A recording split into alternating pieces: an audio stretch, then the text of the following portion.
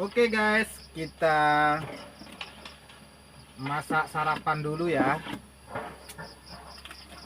teman-teman. Inilah reality kehidupan seorang anak rantau.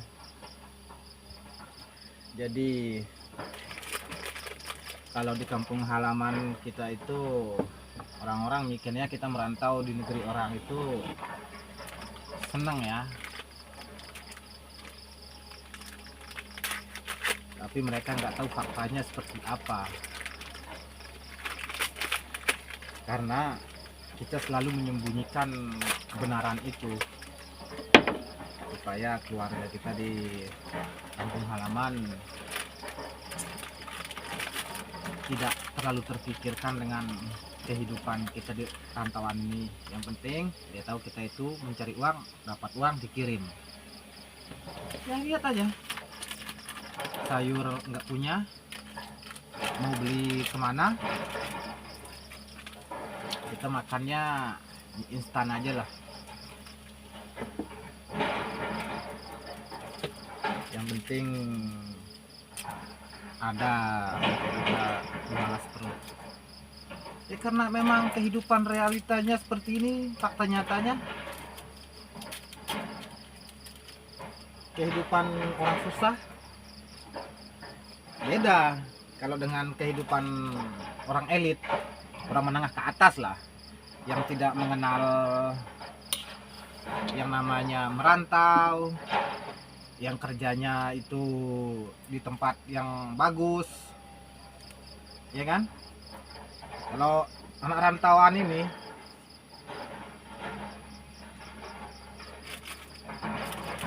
hidup apa adanya, kadang gajinya pun nggak dibayar, mau makan enak gimana? Yang nonton pun tahu kan, kadang kita itu nggak dibayar gajinya, pindah ke sana ke sini.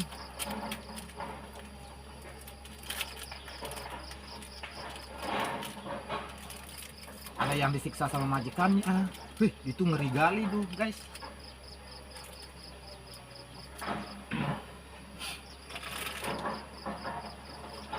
Ya apa boleh buat.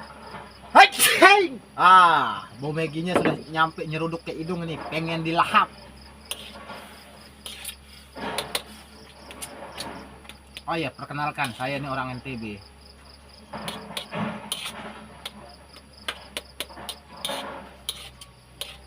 Ada yang tahu nggak apa itu NTB?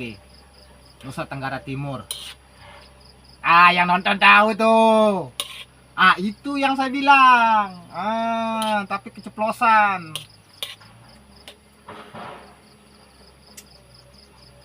Siapa nih anak rantau yang nonton? Bener nggak kehidupan kita di rantauan itu kayak gini? Lihat tempat tinggalnya. Gimana mau buat channel di tempat yang bagus, tempat tinggalnya aja itu di tengah hutan, lampu aja kagak ada, mandi aja di air perigi, waduk, kadang itu pun kadang ada kadang nggak ada. Kalau pas kita dapat di daerah perbukitan, siap-siap lah ente, 1 bulan ente kagak mandi.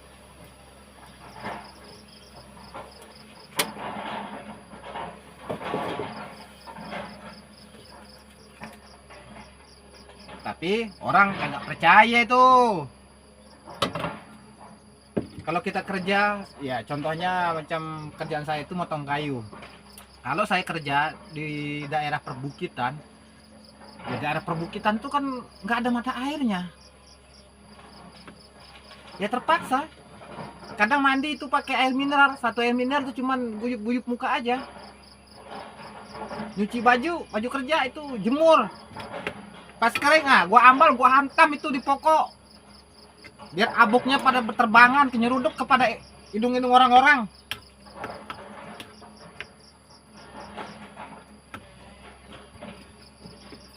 Nasib memang berbeda,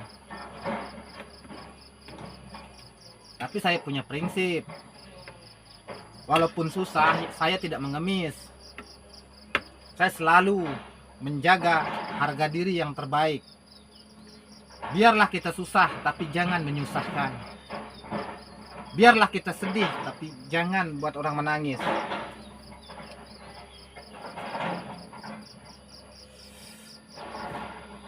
Nah, guys, oke, kita tinggal makan mie instannya.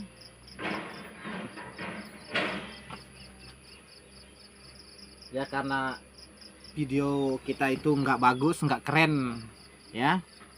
Jadi penontonnya pun kadang ada, kadang nggak. Apalagi subscribe. Karena orang-orang pengennya yang indah-indah, tapi beda dengan faktanya. Indah itu bisa direkayasa. Fakta itu sangatlah menyedihkan kita. Wanita itu cantik, cuci mukanya numpuk buruk muka. Hahaha. Itu faktanya. Zaman sekarang zaman menipu. Oleh sebab itu jangan mudah ditipu. Kalian yang kerja, ya kan? Kalian juga yang dapat duit, ya kan? Tapi siapa yang make? Tanya. Ayo, tanya diri kalian. Kalian kerja di rantauan, dapat duitnya, dikirim. Terus kalian pulang, duit kemana? Apa yang kalian kirim duit hantu dimakan setan? Sampai di kampung kagak ada. Lu datang merantau pakai kapal terbang, pulang pakai kapal terbang, ujung-ujungnya kalian jalan kaki juga macam saya. Bismillahirrahmanirrahim. Allah. Makan dulu.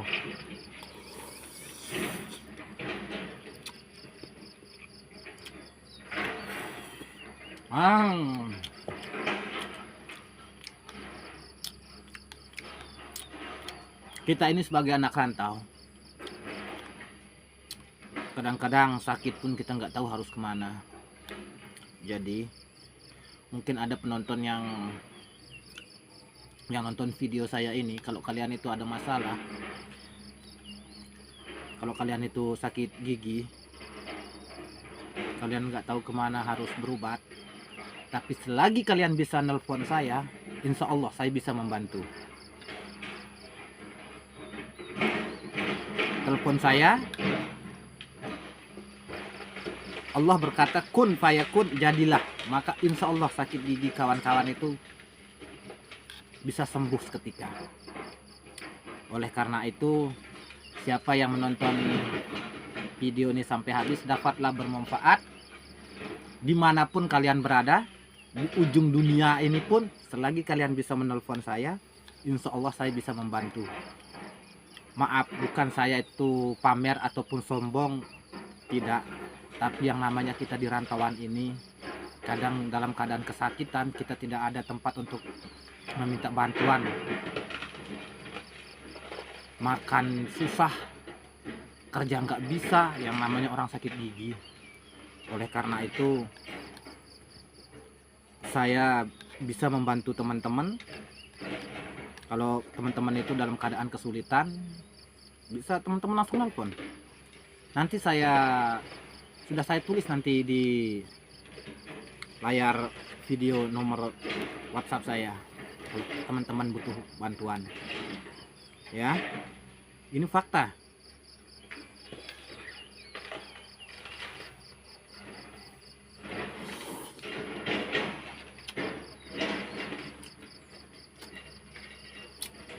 Saya nggak bisa membantu teman-teman mungkin berupa uang ataupun berupa tenaga, tapi saya bisa membantu teman-teman melalui jalan doa. Oleh karena itu, ke siapapun, tidak kira agamanya, tidak kira sukunya, dan tidak kira bangsanya, jika butuh bantuan penyembuhan jarak jauh, ya dimanapun dia berada, di dalam laut pun sekalian, selagi dia bisa menghubungi saya melalui telepon, insya Allah bisa dibantu.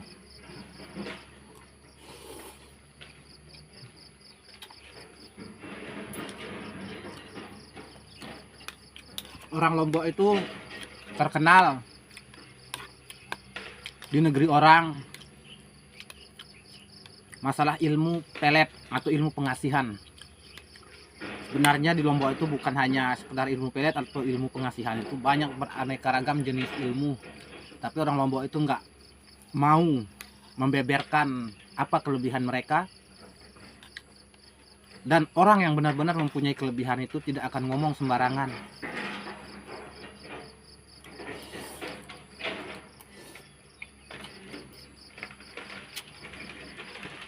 Dan kadang-kadang penampilan itu menipu. Walaupun penampilannya itu seolah-olah seperti para ustadz, para kiai, tapi itu hanya berkedok untuk mencari sesuap nasi. Anda jangan mudah dikibuli. Percaya, tanya aja dia. Banyak orang yang begitu.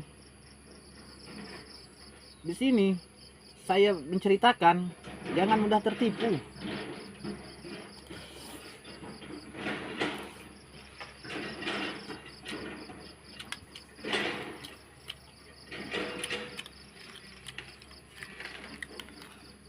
Jadi apa yang saya pesankan tadi, kalau ada teman-teman yang butuh bantuan sakit gigi, teman-teman bisa langsung nelfon saya melalui WhatsApp bila masa, siang, malam, selagi saya ada kesempatan. Selagi itu saya akan membantu saudara-saudara. Orang yang nggak butuh bantuan dia nggak peduli, karena mereka belum sakit. Tapi di saat Anda sakit, Anda dapat bantuan, gimana rasa perasaan Anda? Senang kan? Ya sama seperti saya. Di saat saya itu merasa sakit dan ada seseorang yang mau mengulurkan bantuan, meringankan rasa sakit itu, kita itu sangat bersyukur. Karena kita itu sudah sama-sama biasa merantau.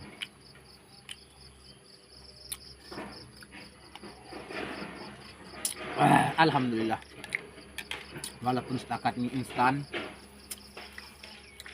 alhamdulillah kita masih bisa menikmatinya, karena kita tidak tahu esok harinya apakah ada kesempatan untuk kita menikmati walaupun hanya setakat mie instan. Karena hidup kita ini hanya 24 jam, kalau tidak siang malam.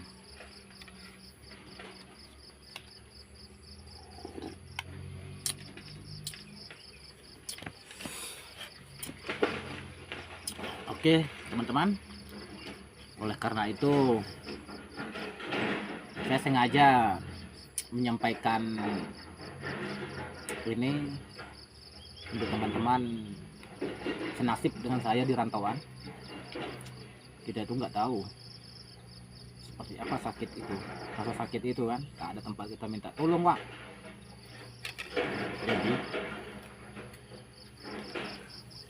kita hanya punya teman sekeliling kita itu kadang monyet, biawak, sapi, itu tuh yang kokok. Ah, itu dia, nggak salah sebutin namanya ya.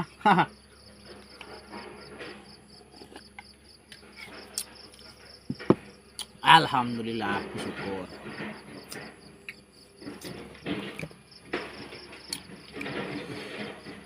Dunia ini ada yang penyakit itu medis dan ada juga penyakit itu non medis.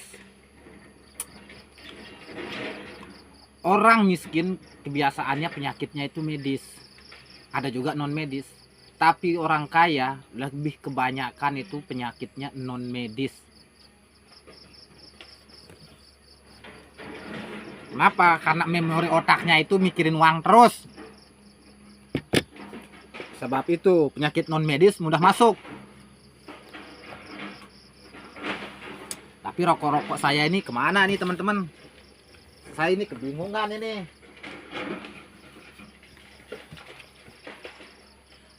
Ya, saya tuh sengaja sih belajar nih bikin konten-konten kreator ini, bikin channel YouTube ini. Sebenarnya saya itu bukan ahlinya sih teman-teman. saya masih belajar, nggak tahu cara gimana mau buatnya.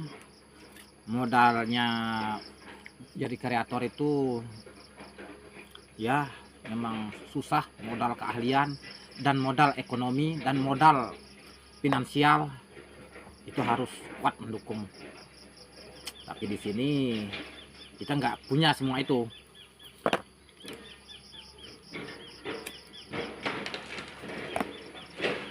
Rencana sih saya mau buat konten untuk kedepannya itu yang jauh lebih baik. Tapi saya ini masih dalam mencoba terlebih dahulu. Gimana sih reaksi penonton?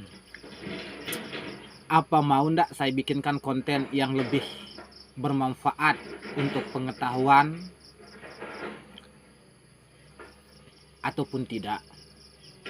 Dan saya ingin tahu juga konten yang penonton minat itu seperti apa.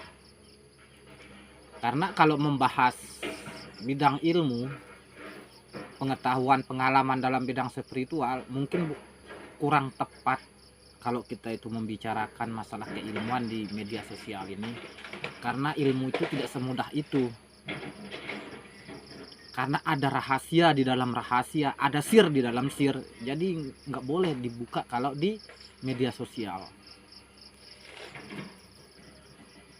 Jadi itu.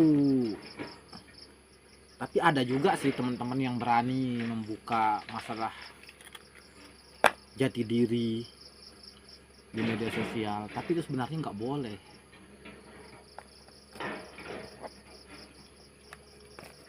Karena itu bersifat rohani.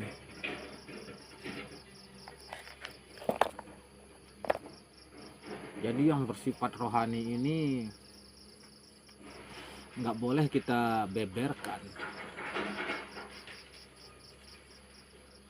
Kalau kita pengen mengetahui ilmu itu, kita harus cari ahlinya. Jangan kita belajar di media sosial, karena media sosial itu tidak bertanggung jawab. Contoh, kalau kita itu mempelajari ilmu, mengamalkan ilmu tanpa bimbingan guru, itu kan nggak bisa. Karena dalam proses itu banyak hal-hal yang akan terjadi.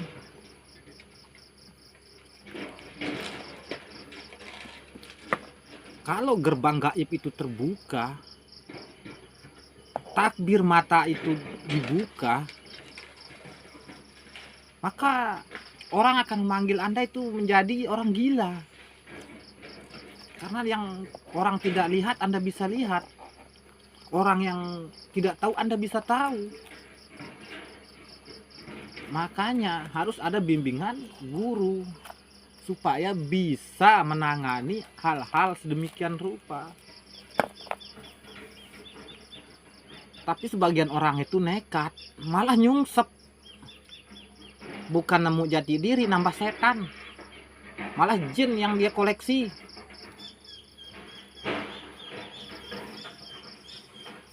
Nah, di situ.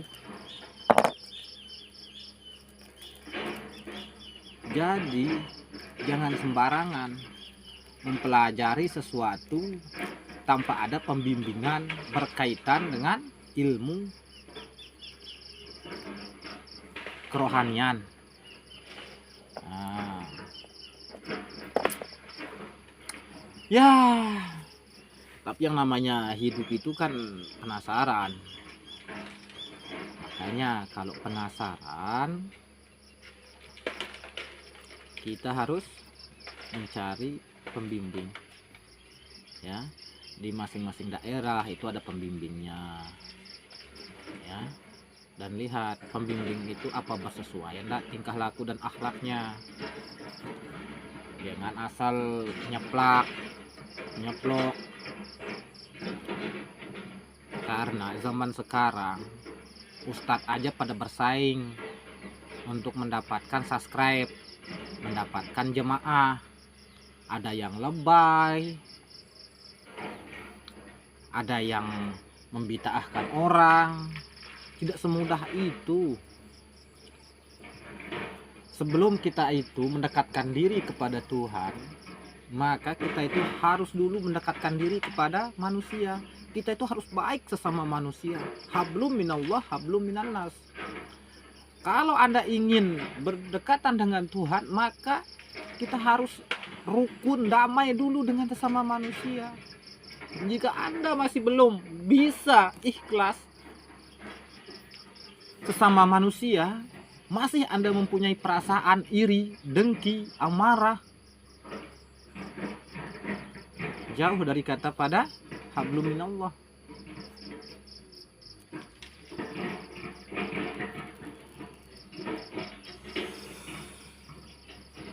Saya nggak berani terlalu berbicara terlalu panjang lebar kalau masalah hal ini, karena itu bersifat rahasia.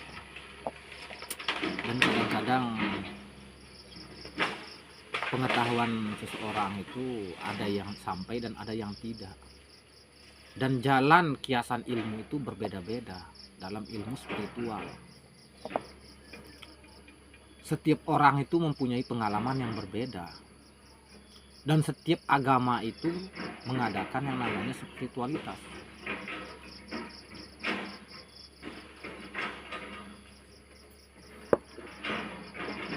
Tapi saya tidak berani, karena itu bersifat rahasia. Karena jangan sampai ucapan kita itu akan menjadi membuat kegaduhan di media massa. Oke. Wassalamualaikum warahmatullahi wabarakatuh.